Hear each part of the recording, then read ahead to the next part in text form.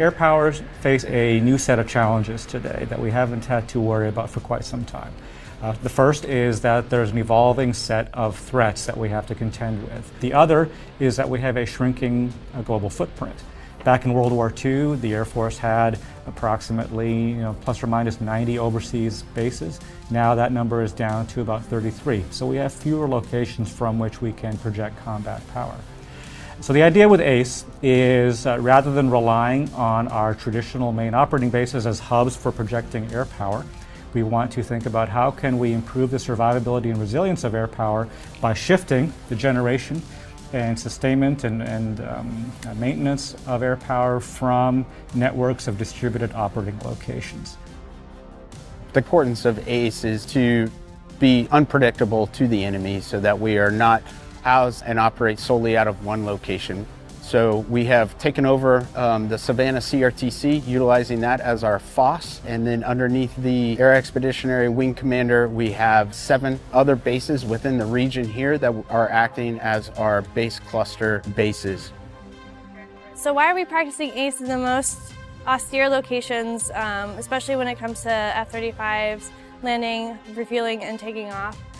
The reason that we're doing that is to prepare to go to any location to fight any kind of threat that is going to be detrimental to our national security, any place, anytime. To be agile, it requires us to be nimble. It requires us to have a light footprint. We aren't going to take all of Burlington and move it someplace. We need to take a small team and set up shop and generate air power.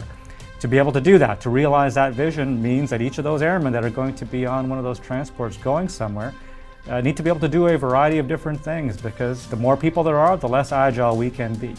And so the whole intent with MCA is to both promote a mindset of being multi-capable, to realize that I can do more than one thing, and then also complement that idea with the formal training that's going to be required to be able to do things outside of your core Air Force specialty.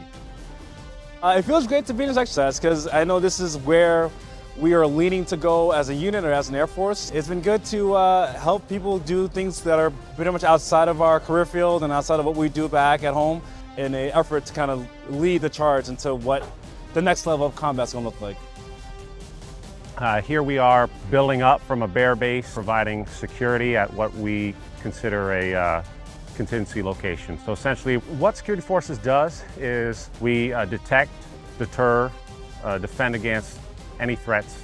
That's essentially what we're here to do. We're here to cover the 6 of everyone working behind us to generate those sorties, to generate that combat air power.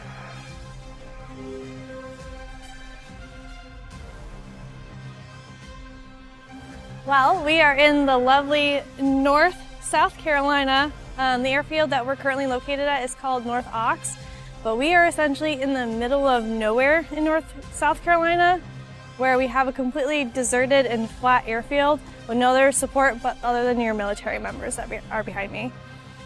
So when we first landed, there was nothing here. We had to help set up tents with CE and other career fields, so that was quite the experience getting to work with other people.